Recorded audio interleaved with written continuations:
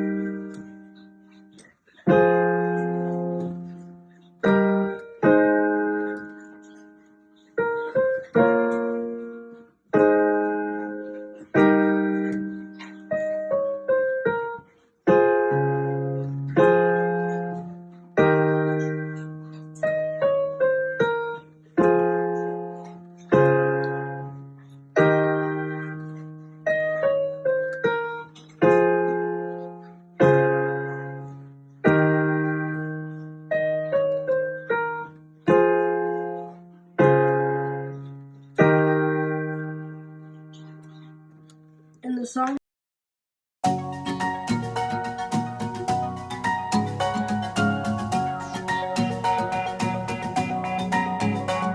Today is the day they will see you are more than enough. Today they will know that you keep every promise you have. 'Cause you are the key, giving hope and a peace that will last. Today they will know that your love is enough for them now. So I will shout and sing of all your wonder. I will lift my voice, tell of your goodness. I will boldly go and share your love to all the world. And won't hold back. Oh no, I will boldly go. Today is the day they will see you are more than enough. Today they will know that you keep every promise you have. 'Cause you are the key, giving hope and a peace that will last. Today they will know that your love is enough for them now. So I will shout and sing of all your wonder. I will lift my voice, tell of your goodness. I will boldly go and share your love to all the world. And won't hold back. Oh no, I will boldly go.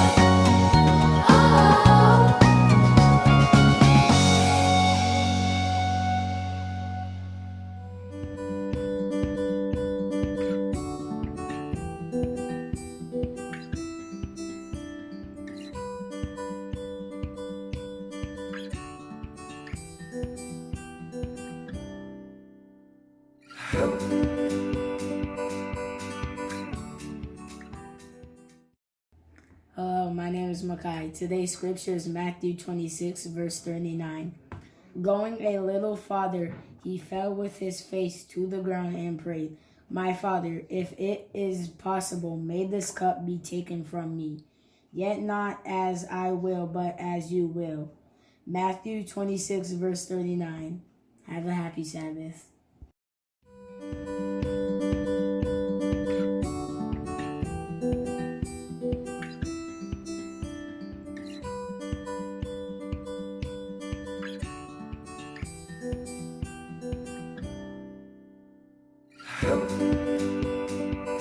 Today's story is called The Ultimate Friend.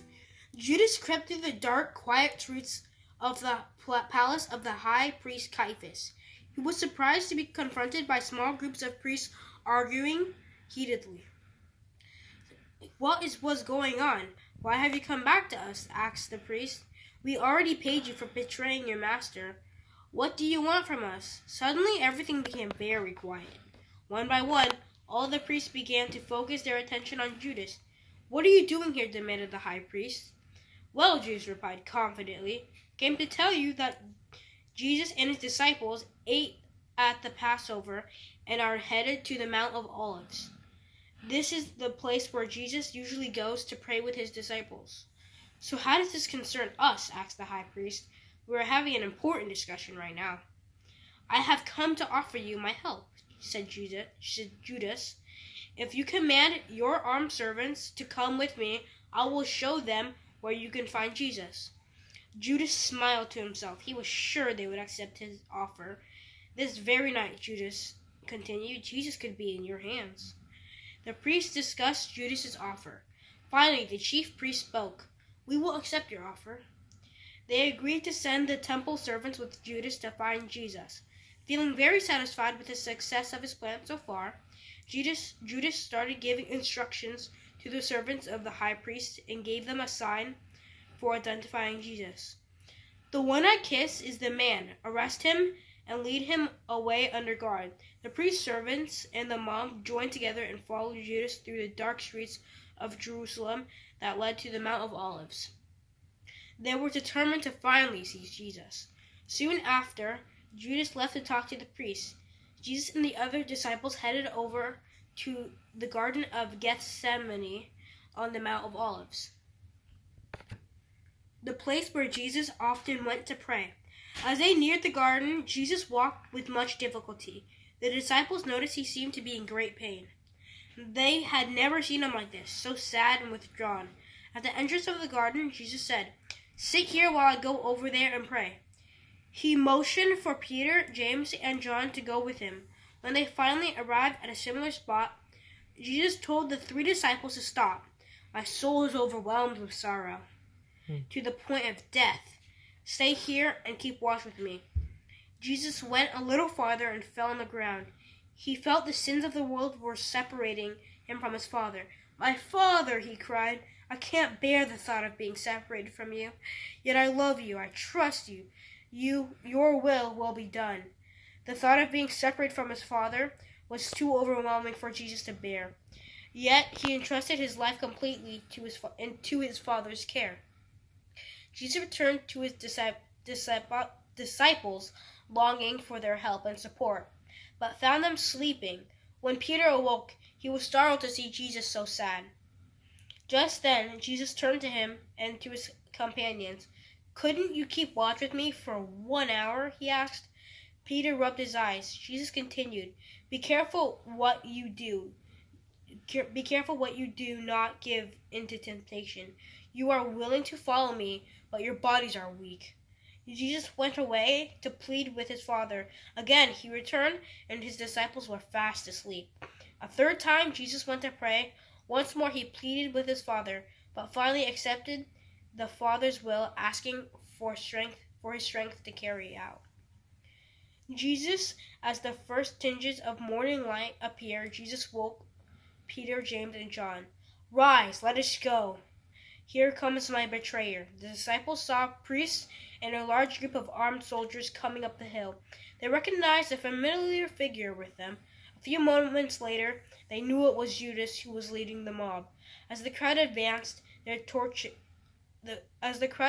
with their torches, Judas stepped forward and went straight to Jesus. He embraced Jesus and kissed him, saying, Welcome, Rabbi."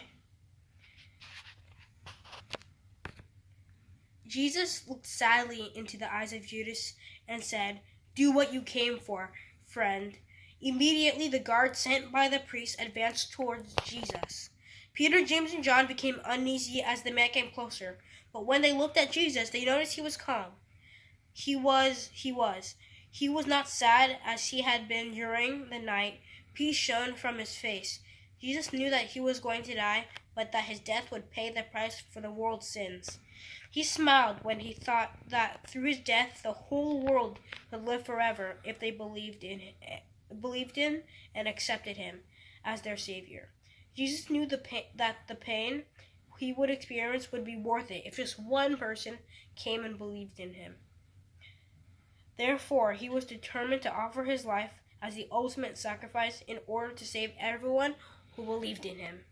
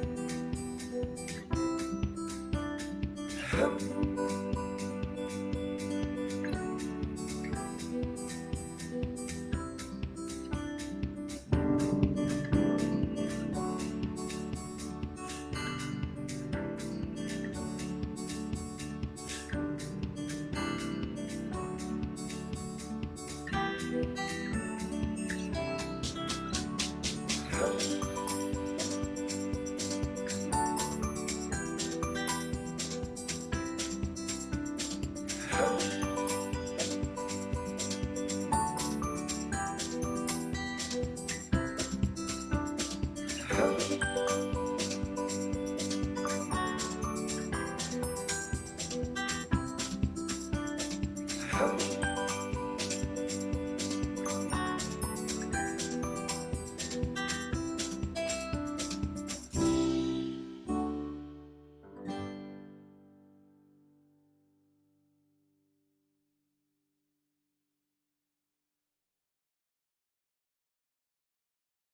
my name is Dan, and I'm going to be doing arts and crafts today.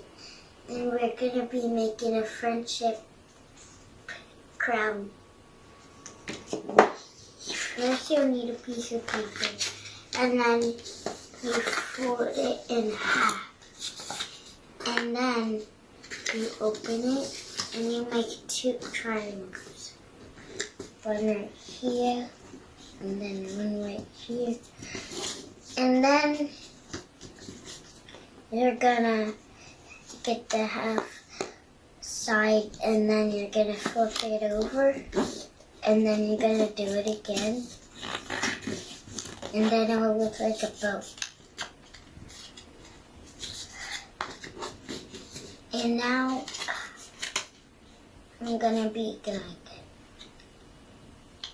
Step 2, I'm going to be showing you guys how to glue it, and I already glued mine. First, you're going to have to get this part and open the paper up, and then you can get your glue.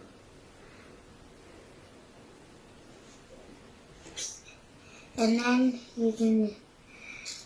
then you'll have to get it all the way up to the top. And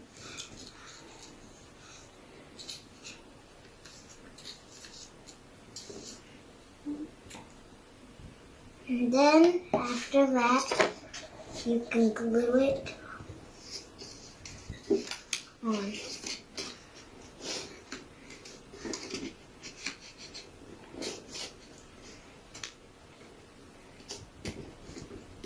And then you can get another one and open it and do the same thing that you did with the other one.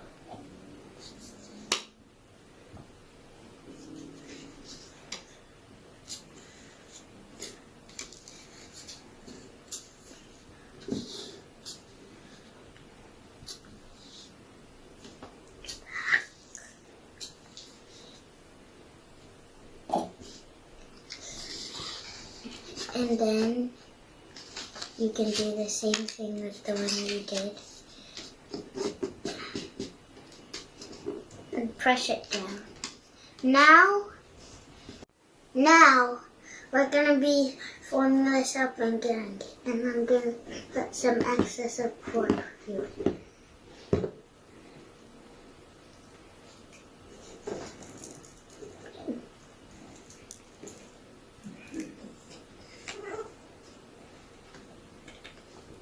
Oops.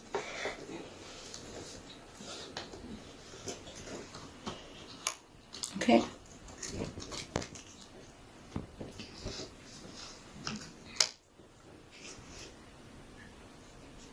Okay, now fold it up because we already glued that part.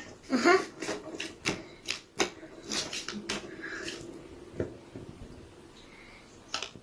And now you're going to connect it, right? Yeah. Let's try to connect it. It might be the hardest. Oh, yeah. This is a big one. Okay. Okay. Now I'm going to be putting glue on the side.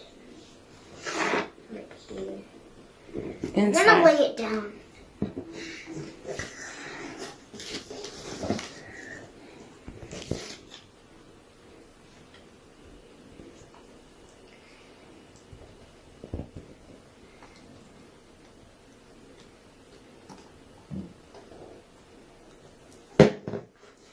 Now I'm going to fold it.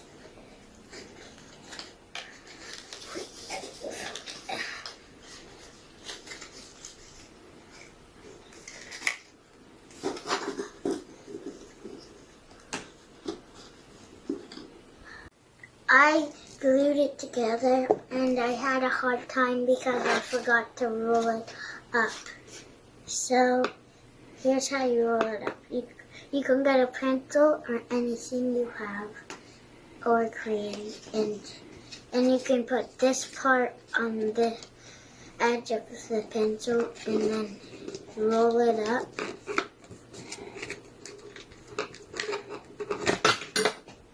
Oops.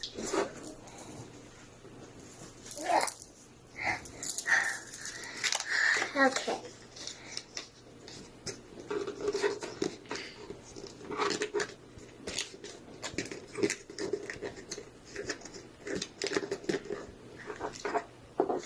Now you can take it off, and then you can open it. And now... And then you will connect them, right? Uh-huh.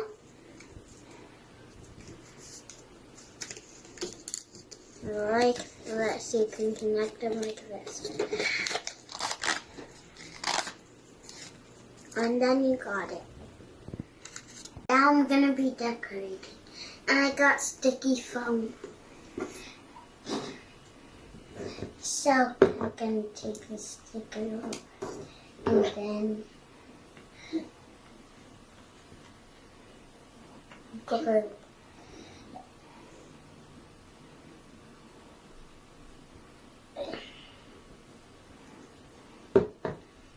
I'm going to glue it on. And now I'm going to do the next one.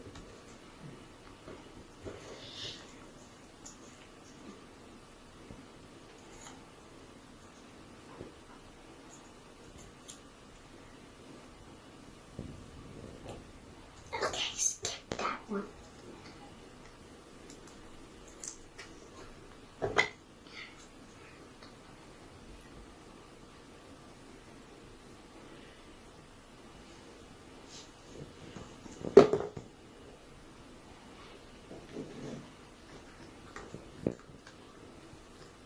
These are my friendly results. These are both my counts. This is the one me and my mom made, and this is the one that I made by myself. With a little bit of help of my mom. And yeah. Bye.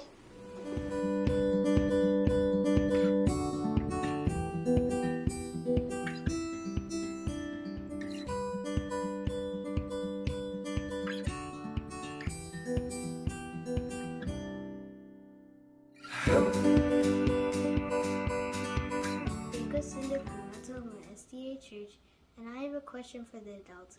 Why does God let all these bad things happen? Hi, Jake. My name is Elder Harold Robert, and I really like your question. Why does God let all these bad things happen? Well, Jake, the short answer to that is that God is in the middle of a big argument, or what we call a big debate, between him and Satan. On the one hand, God made everything, and he made everything perfect. But then Satan decided that he doesn't want to follow God. And unfortunately, we all here on earth, we've ended up following Satan's behavior and not following what God said to do. So God's allowing things to happen to prove a point, to really show everybody that without him, bad things happen. But the good thing, though, is that through Jesus Christ, we're allowed to be back with God and to choose God. And when he comes back, he's going to make all things right again. So in short, God is allowing all bad things to happen so you can see the difference between following God and in following Satan. So I hope everybody who hears this makes a good decision and follows God through Jesus Christ.